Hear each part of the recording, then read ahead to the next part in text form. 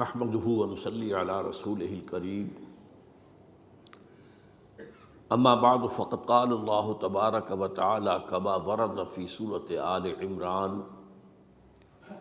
اعوذ بالله من الشیطان الرجیم بسم اللہ الرحمن الرحیم وتلك الأيام نداولها بين الناس وَلِيَعْلَمَ اللَّهُ الَّذِينَ آمَنُوا وَيَتَّخِذَ مِنكُمْ شُهَدَاءَ وَاللَّهُ لَا يُحِبُّ الظَّالِمِينَ صدق اللہ العظیم۔ رب اشرح لي صدری ويسر لي أمری واحلل عقدۃ من لسانی یفقہوا قولی۔ اللہم ربنا الہمنا رشدنا واعذنا من شرور انفسنا۔ اللہم ارنا الحق حقا وارزقنا اتباعہ وارنا الباطل باطلا وارزقنا اجتنابہ۔ اللہم وفقنا ان نجاہد فی سبیلک باموالنا وانفسنا۔ اللہم ارزقنا شہادۃ فی سبیلک آمین یا رب العالمین۔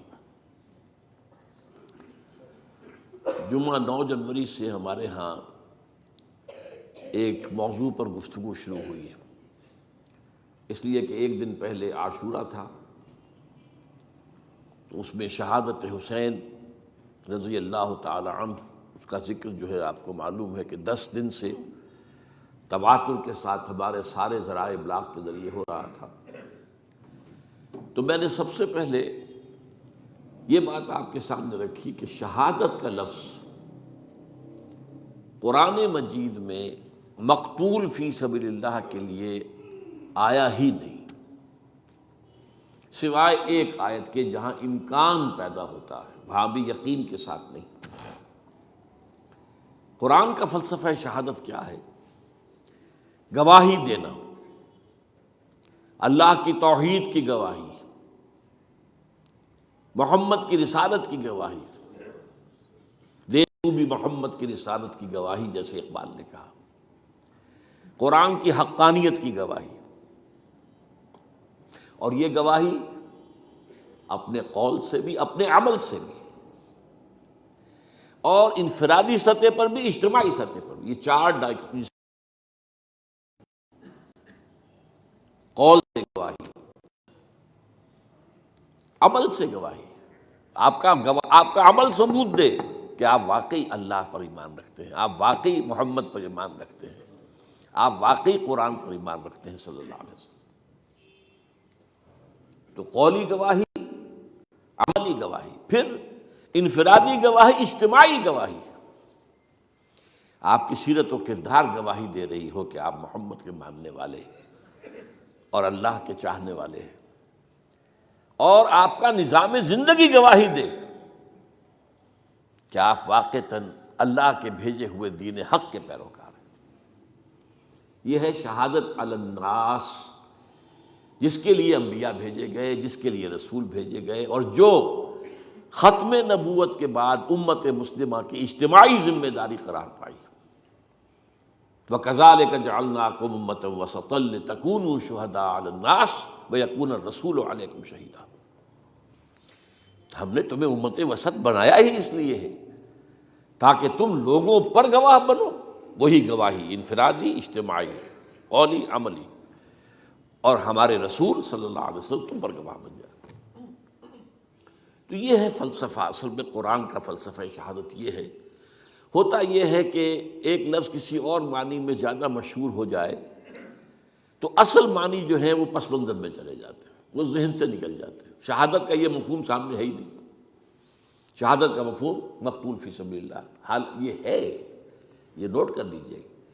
قرآن مجید میں بھی ایک آیت جو میں نے آج پڑھی ہے آپ کے سامنے، ایک آیت سورہ آل عمران کی ہے، آیت نمبر 140، اس میں اس کا امکان ہے کہ اللہ کی راہ میں قتل ہونے والے کو شہید قرار دیا جائے، اور اس کی بات بھی واضح ہے، جس نے اپنی زندگی میں قولاً عملاً اللہ کی گواہی دی ہو، وہ اگر اسی کام کے لیے قتل ہو جائے تو گویا کہ اب اس کی گواہی مسلم ہو گئی، اب طے ہو گئی، اب اسے یہ خطاب مل سکتا ہے کہ یہ اللہ کا گواہ ہے۔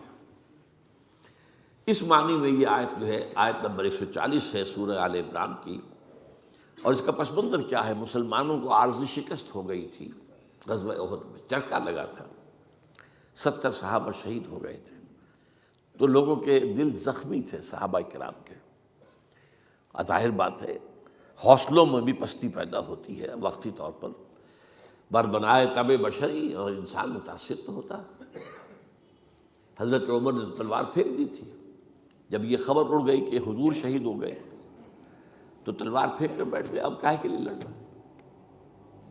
تو ایسی کیفیت عارضی طور پر ہو جاتی ہے۔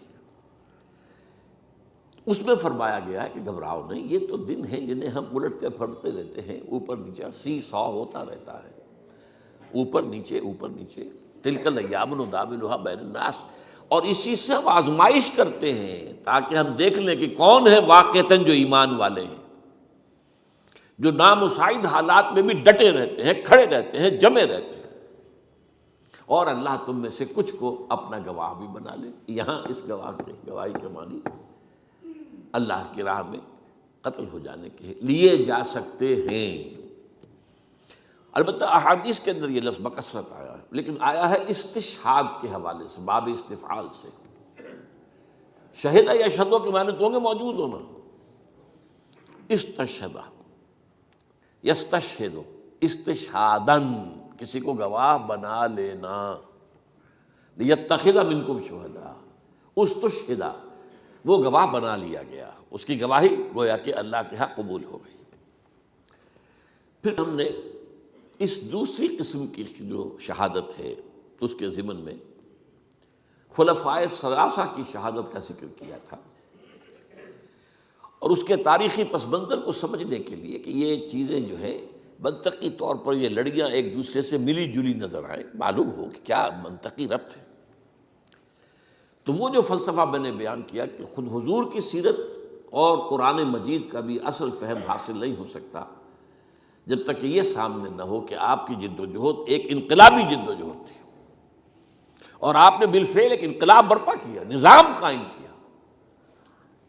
کہاں وہ قبائلی زندگی، کہاں مرکزی نظام کے تحت زندگی، وہ سارا کا سارا جو دین حق کا نظام ہے وہ نافذ، اللہ کی حاکمیت، پوری شریعت محمدی کا نفاذ، یہ کارنامہ ہے محمد رسول اللہ کا صلی اللہ علیہ وسلم۔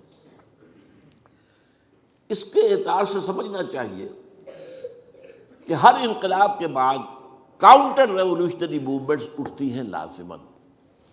انقلاب جب قریب ہوتا ہے کامیابی کے تو جو مخالفین ہوتے ہیں انقلاب کے وہ ذرا دبک جاتے ہیں، تو میں نے کہا تھا نیمی پا لینا، بھائی ذرا سر جھکا دو، اس لیے کہ اب it's no use continuing resistance, اب آپ نہیں کر سکتے مقابلہ۔ یہ کیفیت شروع تو ہو گئی تھی فتح مکہ کے بعد سن 8 رمضان مبارک میں، پھر اگلے سال جب آیات آ گئی سورہ توبہ کی، اس کے بعد تو ظاہر بات ہے کہ آخری چیلنج دے دیا گیا، 4 مہینے کی مہلت ہے، یا ایمان لاؤ یا قتل کر دیے جاؤ گے، یا تیسرا آپشن جو ہے نتیجتاً نکلتا ہے کہ اس ملک کو چھوڑ کے دفع ہو جاؤ۔ تو اس کے بعد جو ہے یدخلون فی دین اللہ افواجا، آ کے فوج در فوج داخل ہو گئے، لیکن اس کے بعد پھر کاؤنٹر ریولوشنری موومنٹ شروع ہوئی اب اس کو ختم کرنے کے لیے۔ اور میں نے عرض کیا آپ سے کہ چونکہ سب سے بڑی ایگریوڈ پارٹی کون تھی، سب سے زیادہ جس مذہب کا قلع قمع ہوا وہ کون سا تھا؟ مشرکین عرب کا مذہب، شرک۔ لہذا جزیرہ نماء عرب ہی سے 2 مخالف انقلاب تحریکیں اٹھی، ایک جھوٹے نبی کھڑے ہو گئے اور منکرین زکوٰۃ کھڑے ہو گئے۔ اسے کہا گیا ارتداد عمومی، تقریباً پورا عرب مرتد ہو گیا۔ جو یدخلون فی دین اللہ افواجا ہوئے تھے وہ یخرجون فی من دین اللہ افواجا بھی ہو گئے۔ حجاز کے چند شہروں تک اسلام محدود رہ گیا۔ یہ حضرت ابوبکر کی عزیمت اور ہمت، یہ اس کا ایک بڑا اہم درخشاں باب ہے کہ انہوں نے آئرن ہینڈ کے ساتھ، حالانکہ وہ بڑے نحیف الجثہ اور بڑے آپ کہیے رقیق القلب انسان تھے، لیکن یہ کہ اس وقت ان کی عزیمت، ان کی ہمت وہ بروئے کار آئی، اور ان دونوں تحریکوں کو آپ نے قوت کے ساتھ کچل کر رکھ دیا، اور گویا کہ اندرون ملک عرب، جزیرہ نماء عرب، انقلاب محمدی کو اثر نو کنسولیڈیٹ کر کے عمر کے حوالے ہو گیا رضی اللہ تعالی عنہ۔ اب حضرت عمر کے زمانے میں فتوحات کا اب دائرہ جو ہے، اب اندر سے سکون، جزیرہ نما عرب کے اندر امن ہے، لہذا ساری توجہ خارج کی طرف ہوئی۔ اور اس میں سب سے زیادہ جس کو نقصان پہنچا وہ سلطنت ایران تھی، اگرچہ سلطنت روما کو بھی پہنچا، لیکن سلطنت روما 3 بر اعظموں پر تھی، شمالی افریقہ، مشرقی یورپ، مغربی ایشیا، شام کا علاقہ۔ لیکن سلطنت جو ہے اس میں سے سلطنت روما کی ایک ٹانگ ٹوٹی تھی، یعنی ایشیائی جو مقبوضات تھے، باقی تو انٹیکٹ تھی۔ ایران جو ہے تہس نہس ہو گیا، ختم ہو گیا۔ یزدگرد نے حضور کے نامہ مبارک کو چاک کیا تھا تو آپ نے فرما دیا تھا اس نے میرا خط نہیں چاک کیا، اپنی سلطنت کے پرزے اڑا دی۔ اب اس کی ظاہر بات ہے کہ اس پر جو اب وہاں سے جو کاؤنٹر ریولوشنری موومنٹ آیا وہ ایرانین نیشنلزم کا تھا۔ ابو لولو فیروز اور اس کے پیچھے ہرمزان، یہ ایرانی سازش تھی جس نے کہ حضرت عمر کو شہید کیا رضی اللہ تعالی، مسجد کے اندر نماز پڑھتے ہوئے 6 وار کیے۔ تیسری چیز جو بہت زیادہ جسے گزند پہنچا تھا وہ بطور مذہب یہودیت تھی۔ مدینے سے 3 قبیلے نکالے گئے، خیبر وغیرہ آس پاس کے قلعے ختم کیے گئے، اور یہودی جو ہیں اس پوزیشن میں تو نہیں تھے کہ کوئی عسکری کوئی تحریک اٹھائیں مسلمانوں کے خلاف، لیکن عیاری کے انداز سے عبداللہ ابن سبا میدان میں آیا، اس نے اسلام کا لبادہ اوڑھا اور اندرونی طور پر سازش برپا کی۔ میں اس کی بات میں پچھلی مرتبہ عرض کر چکا ہوں، جس کے نتیجے میں حضرت عثمان شہید کیے گئے رضی اللہ تعالی عنہ۔ یہ دوسری شہادت ہو گئی۔ یہ گویا کہ دونوں شہادتیں جو ہوئی ہیں یہ کاؤنٹر ریولوشنری موومنٹس تھی۔ اب آج کا میرا موضوع ہے شہادت علی رضی اللہ تعالی عنہ۔ اصل میں حضرت علی رضی اللہ تعالی عنہ کی شہادت بھی اسی الفتنۃ الکبریٰ کا تسلسل ہے، وہ جو عبداللہ ابن سبا کا پیدا کردہ عظیم ترین فتنہ تھا، اسی کا ایک نتیجہ حضرت علی کی شہادت بھی ہے، لیکن وہ بات ذرا تفصیل سے سمجھنی ہوگی۔ اور اس کے لیے میں ممنون احسان ہوں، حال ہی میں ایک کتاب چھپی ہے، ڈاکٹر سید رضوان علی ندوی، وہ محقق ہیں تاریخ کے، انہوں نے بڑی تاریخی تحقیق کے بعد جو باتیں بیان کی ہیں وہ میں آپ کے سامنے رکھ رہا ہوں۔ عرب میں جنوب مغرب کی کونے میں جہاں یہ یمن بھی آباد ہے، اس کے اوپر نجران ہے، اسی علاقے میں یمامہ کا علاقہ کہلاتا ہے۔ یہاں ایک قبیلہ آباد تھا بنو تمیم۔ یہ جو لوگ تھے بڑے کرخت مزاج، جنگجو، اکھڑ، ضدی، اور جس بات کو ایک دفعہ مان لے اس پر اڑ جانے والے اور مر مٹنے والے۔ یہیں سے فتنہ پہلا اٹھا تھا، سب سے بڑا جو نئے جھوٹے نبی کھڑے ہوئے تھے ان میں سب سے بڑا تو مسیلمہ کذاب تھا، یہی تو علاقہ تھا۔ اور اس کے خلاف اس فتنے کی سرکوبی میں کتنے صحابہ، 1200 صحابہ ایک جنگ کے اندر شہید ہوئے، جن میں 500 جو ہیں وہ حفاظ تھے رضی اللہ تعالیٰ عنہ اجمعین۔ تو یہ لوگ جو یہ تھے بڑے زوردار تھے۔ اس قبیلے کے بارے میں حضرت عمر رضی اللہ تعالیٰ عنہ نے ایک بڑی عجیب حکمت عملی اختیار کی۔ ان کو وہاں سے اکھاڑ کر اور ایران کی سرحدوں پر آباد کر دیا، اب جہاں پر جہاد ہو رہا تھا،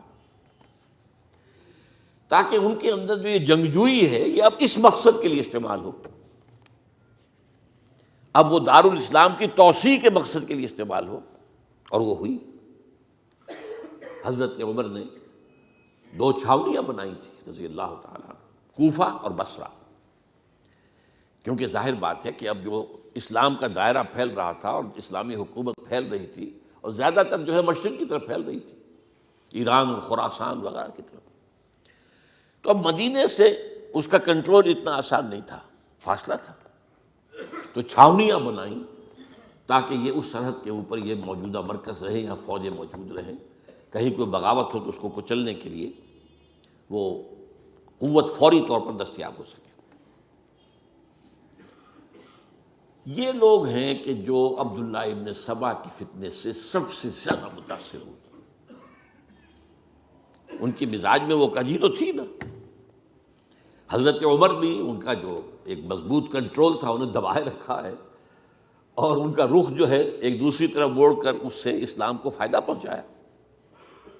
لیکن اس کے بعد جب فتنہ جو آیا یہ عبداللہ ابن سبا، تو سب سے بڑھ کر یہی لوگ اس کے ماننے والے، اور انہی میں سے وہ لوگ تھے جنہوں نے جانیں بھی دے دی ہیں، جنہیں حضرت علی نے زندہ جلایا ہے، اس لیے کہ وہ کہتے تھے کہ علی خدا ہے. اے علی تم خدا ہو، تم ہمیں آگ میں جلا رہے ہو، یہ تو تم ہمارا امتحان لے رہے ہو. وَلَنَبْلُوَنَّكُمْ بِشَيْءٍ مِّنَ الْخَوْفِ وَالْجُوعِ وَنَقْصٍ مِّنَ الْأَمْوَالِ وَالْأَنفُسِ وَالثَّمَرَاتِ. اب وہ اس آیت کو اپنے اوپر منطبق کر رہے ہیں. تو یہ جو کرخت لوگ تھے، انہوں نے در حقیقت جو ہے عبداللہ ابن سبا کے کردار میں سب سے بڑا رول پلے کیا، اور انہی کے ہاتھوں حضرت عثمان شہید ہوئے رضی اللہ تعالی. اور اس کے بعد انہوں نے حضرت علی رضی اللہ تعالیٰ عنہ کو اپنے گھیرے میں لے لیا، کیونکہ انہی کی کثیر تعداد موجود تھی مدینے میں جب حضرت عثمان شہید ہوئے. اس کے بعد اب ظاہر بات ہے کہ کوئی نہ کوئی تو خلیفہ ہونا چاہیے تھا. حضرت طلحہ سے کہا گیا، انہوں نے معذرت کر لی. حضرت زبیر سے کہا گیا، انہوں نے معذرت کر لی. اب ظاہر بات ہے کہ حضرت علی آخر امت کو چھوڑا تو نہیں جا سکتا تھا بغیر امام کے. انہوں نے قبول کر لی، اگرچہ حضرت حسن روکتے رہے کہ ابا جان یہ ان لوگوں کی بیعت جو ہے آپ قبول نہ کیجیے. حضرت حسن تو ان میں سے ہیں جو حضرت عثمان کے دروازے پر کھڑے تھے پہرے دار کی حیثیت سے، حسن اور حسین رضی اللہ تعالیٰ عنہ. انہیں تو معلوم تھا فتنہ جو کون لوگ ہیں. اس کے بعد حضرت علی رضی اللہ تعالیٰ عنہ نے اسی حکمت سے جس حکمت کے تحت حضرت عمر نے یہ چھاونیاں آباد کی تھیں، دارالخلافہ بھی مدینے سے کوفہ منتقل کر دیا تاکہ پورے عالم اسلام کو کنٹرول کیا جا سکے اس مرکز کے ساتھ. اس کا نتیجہ یہ نکلا کہ اب گویا کہ حضرت علی کے گرد ان لوگوں کا گھیراؤ مکمل. کوفے میں یہی تو آباد تھے، کوفی یہی تو تھے. حضرت عمر نے انہیں لا کے یہاں آباد کیا تھا. جب حضرت علی نے کوفے کو اپنا دارالخلافہ قرار دیا تو گویا کہ ان کا پھر عمل دخل بہت بڑھ گیا. ایک طریقے سے یوں کہا جا سکتا ہے کہ انہوں نے اب حضرت علی رضی اللہ تعالیٰ عنہ کو اپنے محاصرے میں لے لیا. چنانچہ جنگ جمل کے موقع پر یہ ہوا ہے کہ صلح ہو گئی تھی. حضرت عائشہ رضی اللہ تعالیٰ عنہ کے جو نمائندے تھے اور ادھر سے حضرت علی، صلح ہو گئی تھی. طے ہو گیا تھا کہ ہاں قاتلین عثمان کو جو ہے اس کو سزا دی جائے گی، قصاص لیا جائے گا حضرت عثمان کی قتل کا. لیکن ان لوگوں نے 10,000 آدمی کھڑے ہو گئے کوفے کے اندر، ہم سب قاتل ہیں عثمان کے، لوگ قصاص ہم سے اگر لے سکتے ہو. جس کے نتیجے میں اور انہوں نے جنگ شروع کر دی. اور جب جنگ شروع ہو جائے تو پھر اس کے بعد تو کوئی نہیں دیکھ سکتا کیوں شروع ہوئی، کیسے شروع ہوئی، کس نے شروع کی. اب تو یا مارو یا مرو، دو ہی باتیں ہوتی. 10,000 مسلمان ایک رات میں شہید ہوئے جنگ جمل میں. اب اس کے بعد حضرت علی رضی اللہ تعالیٰ عنہ کی خلافت جو ہے حضرت امیر معاویہ نے ماننے سے انکار کر دیا. جب تک قاتلین عثمان کو سزا نہیں دیتے ہم بیعت نہیں کریں گے. یہ نہیں کہ دعویٰ کیا ہو کہ میں خلافت کا حقدار ہوں، یہ نہیں، لیکن یہ کہ آپ کو ان کو سزا دینی چاہیے. اب یہ تھا وہ مخمصہ جس میں حضرت علی رضی اللہ تعالیٰ عنہ وہ فرماتے تھے تم میرا ساتھ دو تو میں ان قاتلین عثمان سے سزا جو ہے ان کو سزا دے سکتا. ادھر انہیں پتا تھا کہ میں سرنڈر کرتا ہوں تو مجھے علی تک تو پہنچنے کوئی نہیں دے گا، راستے میں ختم کر دیں گے رضی اللہ تعالیٰ عنہ. تو یہ پیچ تھا ایک جو ایسا پڑا ہے. اب اس میں جب حضرت معاویہ اور حضرت علی کے مابین فیصلہ کن جنگ ہوئی، جنگ صفین جسے کہتے ہیں، جس میں 70,000 مسلمان ایک دوسرے کی تلواروں، تیروں، نیزوں سے قتل ہوئے. اس موقع پر حضرت معاویہ کی طرف سے ایک آفر آئی. قرآن مجید کو نیزے پر اٹھا کر لوگوں نے کہا کہ یہ خون ریزی بند کر دو، ہم قرآن کا فیصلہ ماننے کو تیار ہیں. حضرت علی دیکھ رہے تھے کہ یہ اصل میں میری فتح کو شکست سے بدلنے کا پروگرام ہے. تقریباً فتح میری ہو چکی ہے، لیکن یہ جو طبقہ تھا یہ ہے ان کا نہیں، بڑی ٹھیک بات کہہ رہے ہیں وہ، مانیے ان کی بات، جنگ بند کی۔ انہوں نے ہی یہی لوگ تھے جنہوں نے مجبور کیا حضرت علی کو کہ وہ تحکیم پر رضامند ہو جائے۔ اس کے بعد تحکیم میں جو معاملہ ہوا، حضرت علی حضرت عبداللہ ابن عباس کو اپنی طرف سے حکم بنانا چاہتے تھے، یہ اڑ گئے نہیں۔ یہ اڑ جانے والے لوگ، اور یہی اصل قوت تھے، وہاں ساری طاقت تو انہیں کی تھی۔ تو انہوں نے ابو موسیٰ اشعری کو اپنی طرف سے مقررہ، وہ بہت نرم خو آدمی تھے، انہیں بناؤ۔ بہرحال جو بھی بات طے ہوئی، اب تاریخ کی روایتوں میں اختلاف ہو سکتا ہے، کہا یہ جاتا ہے کہ طے تو یہ ہوا تھا حکمین کے مابین، ادھر سے ابو موسیٰ اشعری، ادھر سے عمرو بن العاص رضی اللہ تعالی عنہما، کہ آپ اپنے جو کلائنٹ ہیں حضرت علی، آپ انہیں معزول کر دیجئے، میں معاویہ کو معزول کر دیتا ہوں، پھر جو ہے مسلمان فیصلہ کر لیں کسی اور کی عبادت۔ انہوں نے کھڑے ہو کے کہہ دیا میں علی کو معزول کرتا ہوں، اور عمرو بن العاص نے کہا کہ میں معاویہ کو قائم کرتا ہوں۔ اب یہ ہے روایت، واللہ عالم، اس میں کتنا سچ ہے کتنا جھوٹ ہے، میں کوئی مورخ نہیں ہوں، میں کوئی تاریخ کا محقق نہیں ہوں۔ اس کے بعد جو ہے اب یہ لوگ انہوں نے کہا کہ مانیے تحکیم کو، اور جب انہوں نے حضرت علی نے اس تحکیم کے فیصلے کو ماننے سے انکار کیا تو باغی ہو گئے، حضرت علی کو کافر قرار دیا، اور جا کر ایک جگہ پر حرورہ ایک جگہ تھی، وہاں پر جا کے جمع ہو گئے، جتھا بندی کی، بہت بڑی طاقت پر وہاں کر لی۔ انہوں نے طے کیا کہ علی بھی کافر ہو گیا، معاویہ بھی کافر ہو گیا، عمرو بن العاص بھی کافر ہو گئے، سب کافر ہیں۔ حضرت علی کی طرف سے ایک گئے سفیر ان سے بات کرنے کے لیے، تو انہوں نے کہا تم ہی نے تو کہا تھا کہ تحکیم کو تسلیم کرو، کہ ہاں ہم نے گناہ کیا تھا، کفر کیا تھا، ہم توبہ کی ہم نے، اگر علی بھی مان لے کہ میں نے مان کر کفر کیا تھا اب میں توبہ کرتا ہوں تو ہم ان کی بات مان لیں گے۔ اب حضرت علی اس طرح کا جھوٹ کیسے بولتے ہیں، انہوں نے تو کوئی کفر نہیں کیا تھا۔ بہرحال انہوں نے پھر بھی نرمی برتی کہ دیکھو اگر تم کوئی خونریزی نہیں کرو گے، فساد نہیں مچاؤ گے تو میں تمہیں کچھ نہیں کہوں گا، لیکن وہ اپنی ان شرارتوں سے بعد نہیں آئے۔ تو پھر تیسری جو بڑی جنگ ہوئی ہے ان جنگوں میں، جنگ نہروان کہلاتی ہے، حضرت علی کی جنگ خوارج کے ساتھ، جس میں 4000 خارجی جو ہیں وہ قتل ہوئے۔ اور یہ بات اب آپ نوٹ کر لیجئے کہ یہ لوگ جیسا کہ اکھڑ بھی تھے لیکن اپنی بات پر ڈٹ جانے والے تھے، لیکن ساتھ ہی دیندار بھی تھے، نمازی اور روزہ دار بھی تھے۔ یہ اس طرح کے لوگ نہیں تھے کہ جو فاسق اور فاجر ہو، بس یہ مزاج کا ایک ہے، جو بات دل میں بیٹھ گئی اڑ گئے۔ تو یہ اصل میں انہوں نے پھر فیصلہ کیا کہ اور تو ہمارے بس میں اب کچھ نہیں ہے، ان تینوں کو قتل کر دیا جائے، علی کو بھی اور معاویہ کو بھی اور عمرو بن العاص کو بھی۔ تو ایک جگہ ان کی سازش ہوئی، 3 آدمی معین ہو گئے، ایک ہی وقت کا طے فیصلہ ہو گیا، فلاں تاریخ کو فجر کے وقت تم جاؤ، وہ تم کوفے کی جامع مسجد میں، جب علی نماز جماعت کرا رہے ہو خنجر مارو انہیں۔ اور یہ اس کا نام ابن ملجم تھا، خارجی، یہ وہی لوگ بنو تمیم کے لوگ۔ دوسرا جو تھا وہ دمشق میں حضرت معاویہ کو قتل کرنے شہید کرنے کے لیے پہنچ گیا۔ تیسرا مصر پہنچ گیا حضرت عمرو بن العاص کو۔ اب یہ بات اللہ کی طرف سے ہے، یہ تو اس کی مشیت ہے، اس کا فیصلہ ہے۔ حضرت علی پر وار کارگر ہوا، اب شہید ہو گئے۔ حضرت معاویہ پر وہ وار ذرا اوچھا پڑا، زخمی تو ہوئے لیکن آپ کی جان بچ گئی۔ عمرو بن العاص اس روز مسجد میں کسی معذوری کی وجہ سے، عذر کی وجہ سے فجر میں آ ہی نہیں سکے، لہذا حضرت علی کی شہادت ہو گئی۔ اب یہ ہے اصل پس منظر، کن لوگوں نے کیا شہید، اصل میں وہ سمجھ لینے کی بات ہے۔ یہ خوارج نے شہید کیا، لیکن خوارج کا فتنہ سبائی فتنے ہی کا آف شوٹ ہے، اسی کے ذیل میں ہے، اسی کی ایک شاخ ہے، اسی کا ایک نتیجہ ہے۔ یہ خوارج جو ہے بعد میں بھی ان کی مسلسل جو ہے وہ جنگیں رہی ہیں۔ بہرحال اس صورتحال کو یہ سمجھ لیجئے کہ یہ خلفائے ثلاثہ رضی اللہ تعالی عنہ، حضرت عمر شہید، عثمان شہید، علی شہید۔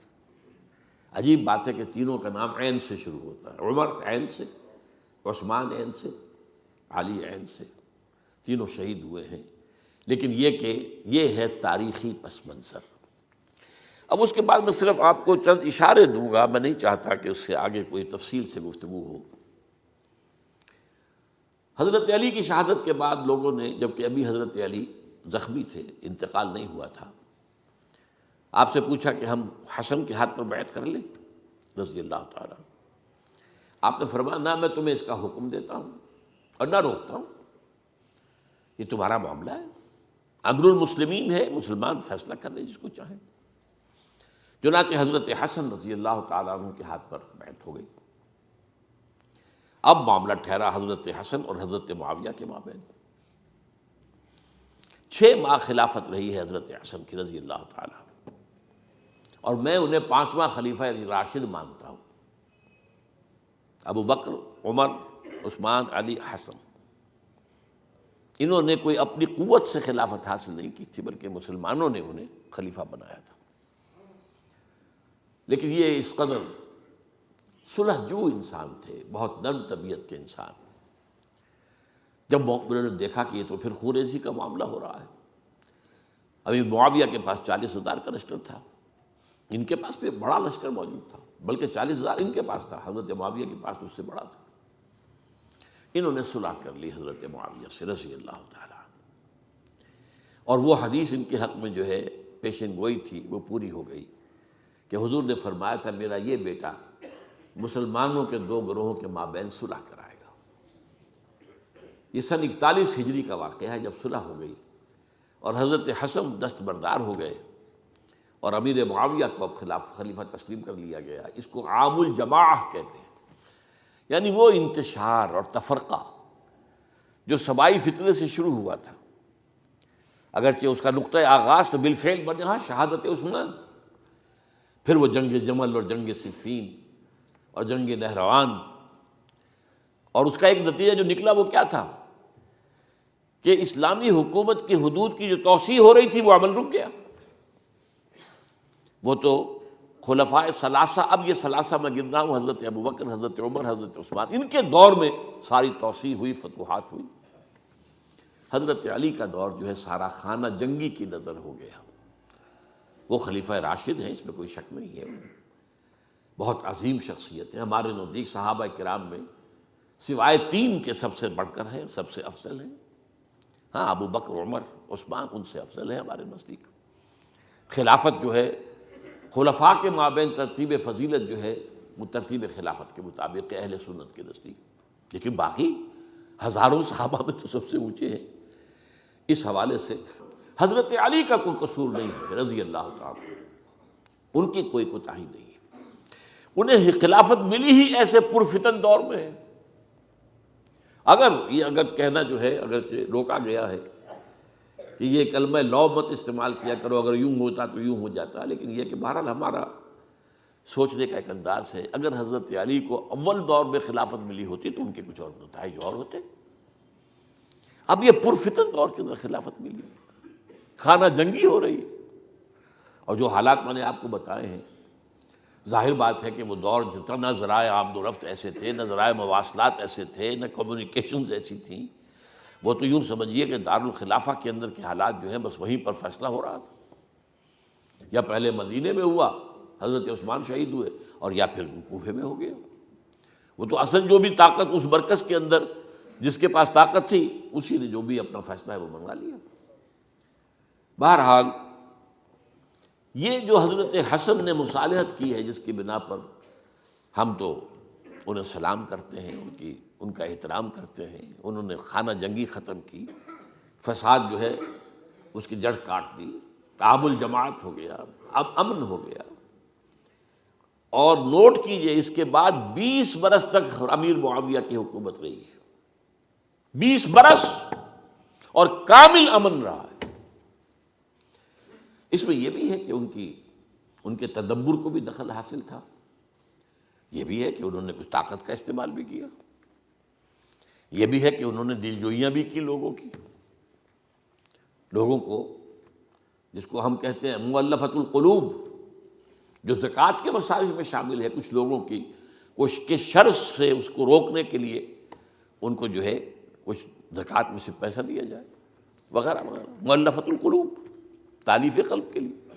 بہرحال نتیجہ یہ ہے، تاہم یہ جان لیجیے کہ حضرت معاویہ صحابی رسول ہیں، ہم ان کو تسلیم کرتے ہیں، لیکن ان کی خلافت کو خلافت راشدہ ہم نہیں مانتے، اس لیے کہ وہ انہوں نے اپنی طاقت سے حاصل کیے۔ میں نے اسی لیے کہا حضرت حسن رضی اللہ تعالیٰ عنہ کی خلافت خلافت راشدہ ہے، لیکن حضرت معاویہ کی خلافت خلافت راشدہ، اگرچہ اس میں عمل رہا، اور وہ جو عمل رک گیا تھا، وہ جو مزید توسیع دارالاسلام کی، وہ دوبارہ شروع ہو گیا، خراسان کی طرف پیش قدمی شروع ہو گئی۔ ادھر پہلا بحری بیڑا بنایا حضرت معاویہ نے رضی اللہ تعالیٰ عنہ، اور یہ بحیرہ روم کے بعد جزائر کو فتح بھی کیا۔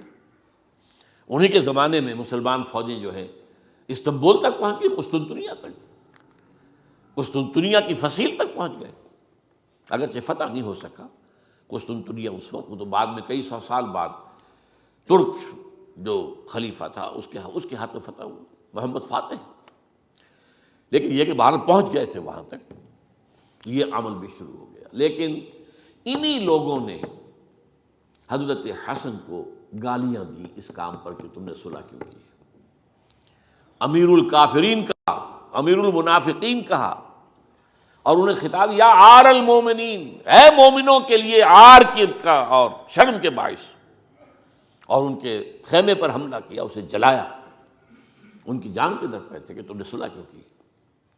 یہ اکھڑ لوگ، یہ لوگ، اس کے بعد اب میں صرف اشارہ کر رہا ہوں، یہی لوگ تھے اصل میں جو 20 برس کے بعد پھر جو حادثہ سانحہ کربلا ہوا ہے اس کا مین کردار یہ تھے۔ صرف چند جملے اس وقت کہوں گا، سانحہ کربلا پر میرا کتاب جو موجود ہے وہ آپ پڑھیے۔ حضرت معاویہ رضی اللہ تعالیٰ عنہ کو مغیرہ ابن شعبہ ایک بزرگ صحابیوں میں سے تھے، انہوں نے مشورہ دیا کہ دیکھیے آپ کی خلافت سے پہلے 4 برس تک خانہ جنگی رہی، 1 لاکھ کے قریب مسلمان ایک دوسرے کی تلواروں سے ختم ہو گئے۔ اب اگر وہ زمانہ گزر گیا، کبار صحابہ تو فوت ہو چکے، بڑے صحابہ تو گئے، اب تو یہ 9 مسلم جو فتح کے بعد ایمان لائے یا اس کے بعد ایمان لائے جبکہ سورہ توبہ کی آیات نازل ہو گئی، اب تو یہ لوگ، یا پھر اب نئے لوگ جو مفتوحہ علاقے میں ایمان لا رہے ہیں، مسلمان ہو رہے ہیں۔ لہٰذا اب وہ جو مسلمانوں کا ایک نظام خلافت راشدہ کا تھا، اگر اس کے پیچھے کسی مضبوط قبیلے کی طاقت نہ ہو تو وہ مرکزیت قائم نہیں رکھ سکے گا، لہذا آپ یزید کو اپنا ولی عہد مقرر کر دیں۔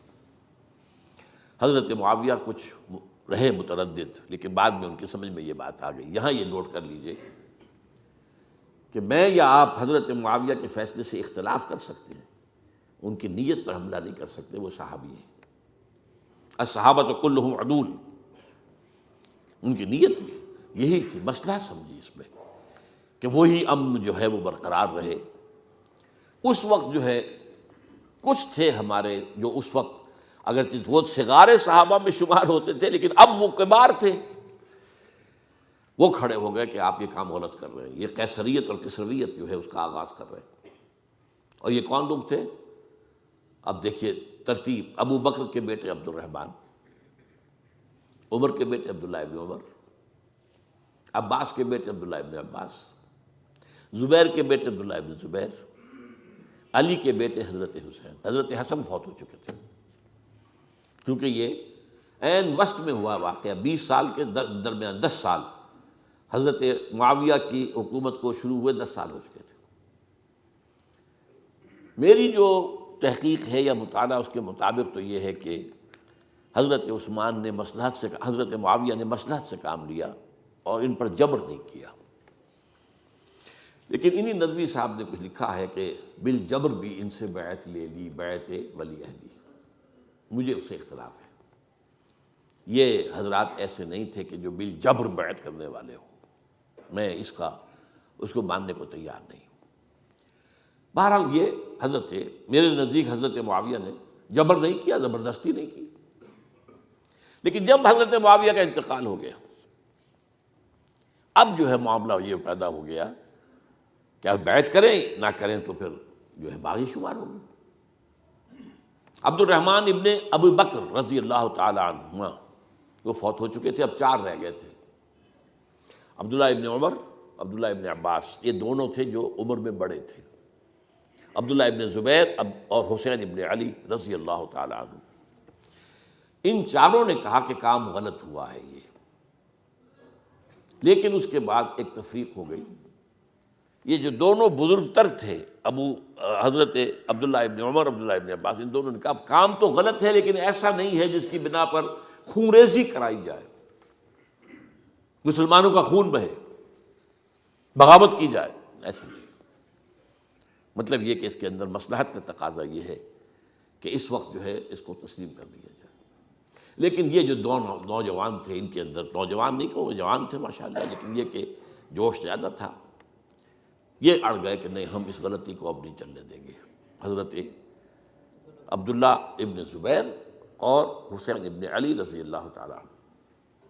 اب دیکھیے اصل فیصلہ کن بات کیا ہوئی، ان دونوں حضرات میں ایک اختلاف ہو گیا۔ حضرت عبداللہ ابن زبیر کا کہنا یہ تھا کہ یہی مقیم رہی ہے مکے میں، اور یہیں سے جو ریزسٹنس موومنٹ ہے وہ شروع کی جائے بنو امیہ کی حکومت کے خلاف۔ ادھر سے کوفیوں کے خطوط چلے آ رہے تھے حضرت حسین کو رضی اللہ تعالیٰ عنہ، آپ آئیے ہم آپ سے بیعت کریں گے۔ حضرت حسین نے اپنے بھائی، چچا داد بھائی مسلم بن عقیل کو بھیجا، ان کے ہاتھ پر 10-12 ہزار کوفیوں نے بیعت کر دی حضرت حسین کے لیے، اور ان کے خطوط کے جو ہے وہ تو پورے کے پورے تھیلے تھے حضرت حسین کے پاس۔ اس سے پھر حضرت حسین نے سفر کیا، ادھر یہ ہوا کہ یزید کی طرف سے عبید اللہ ابن زیاد جو ہے گورنر بن کر آیا، اس نے جو تشدد کیا کوفیوں پر، سب نے بیعت توڑ دی، اور حضرت مسلم بن عقیل جو ہے ان کو شہید کر دیا۔ یہ خبر پہنچی ہے حضرت حسین کو، آپ ابھی درمیان میں تھے سفر کے، آپ نے مناسب سمجھا کہ میں واپس لوٹ جاؤں، لیکن حضرت مسلم بن عقیل کے بیٹے کھڑے ہو گئے کہ اب ہم قصاص لیے، ہمارا باپ شہید کیا گیا، قصاص لیے بغیر تو نہیں جائیں گے۔ اور یہ مروت کے خلاف تھا حضرت حسین کی کہ وہ ان کو چھوڑ دیتے۔ یہ وجہ ہے کہ وہ حادثہ پیش آیا، اور اس میں بھی اصل وجہ میں بتاتا ہوں، وقت جو ہے ختم ہو گیا ہے، وہ یہ ہے کہ حضرت حسین نے جب وہ لشکر تھا کوفیوں کا، کوفی تو آئے تھے نا، وہی کوفی جنہوں نے بیعت کی تھی، وہی بیعت توڑنے والے تھے، وہی لشکر میں آئے تھے حضرت حسین کے خلاف۔ حضرت حسین نے وہاں عین میدان جنگ میں اعلان کیا، دیکھو فلاں ابن فلاں، یہ تمہارا خط ہے کہ نہیں، تم نے مجھے بلایا، دیکھو فلاں ابن فلاں، تم نے مجھے دعوت دی تھی کہ نہیں، یہ دیکھو میرے پاس تمہارے خطوط جو ہیں تھیلے بھرے ہوئے موجود ہیں۔ اب انہیں اندیشہ یہ ہوا کہ اگر حضرت حسین کو کسی طرح بھی یزید تک پہنچ جانے دیا گیا تو ہمارا جو ہے بانڈا پھوٹ جائے گا، پھر ہماری خیر نہیں۔ ورنہ حضرت حسین نے کہا تھا دیکھو یا مجھے واپس جانے دو، یا مجھے سرحدوں کی طرف جانے دو، میں کفار کے ساتھ جہاد کرتے ہوئے اپنی زندگی صرف کر دوں گا، یا مجھے یزید کے پاس جانے دو، میں اس کے ساتھ اپنا معاملہ کر لوں۔ انہوں نے کہا کہ اگر یزید تک ان کی رسائی ہو گئی تو پھر ہماری خیر نہیں۔ تو انہوں نے نہ صرف یہ کہ شہید کیا، وہی کوفی، وہی بنو تمیم کے لوگ، وہی اکھڑ، انہوں نے نہ صرف یہ کہ شہید کیا بلکہ پھر خیموں کو آگ لگائی۔ کیوں لگائی؟ تاکہ وہ جو ڈاکومنٹری پروف تھا ان کے خلاف وہ ختم ہو جائے، ورنہ آگ لگانے کی کیا ضرورت تھی؟ انہوں نے اور تو کوئی نہیں کیا، یعنی وہ کام تو نہیں کیا کہ جو کسی مفتوح کے ساتھ کیا جاتا ہے۔ حضرت حسین کے بیٹے بیمار تھے، حضرت علی بن حسین زین العابدین رحمۃ اللہ علیہ، انہیں شہید تو نہیں کیا۔ جو خواتین تھیں جو ان کی کوئی بے حرمتی نہیں کی۔ یہ نہیں کہا کہ اب یہ تو جیسے کہ خوارج کہتے تھے کہ جو مسلمان کافر ہو گئے ہیں، مسلمان ہیں، ان کے نزدیک کافر ہیں، ان کی بیویاں بھی حلال ہیں ہم پر، وہ تو کنیزیں ہیں، پھر حاصلہ یہ تو نہیں کیا۔ خیمے جلائے اس لیے ہے کہ وہ جو ثبوت تھا ان کے خلاف وہ ختم ہو جائے۔ یہ حادثہ فاجعہ بھی در حقیقت اسی سلسلہ سبائیہ، وہ فتنہ جو ہے اسی کا اس کی ایک کڑی ہے۔ یہ ہے وہ ہماری تاریخ کے جو ہمارا صدر اول ہے، اس میں جو یہ شہادتیں ہوئی ہیں ان کا تاریخی پس منظر۔ آج اسی پر اکتفا کر رہا ہوں۔ اقول قولی ھذا واستغفر اللہ لی ولکم ولسائر المسلمین والمسلمات۔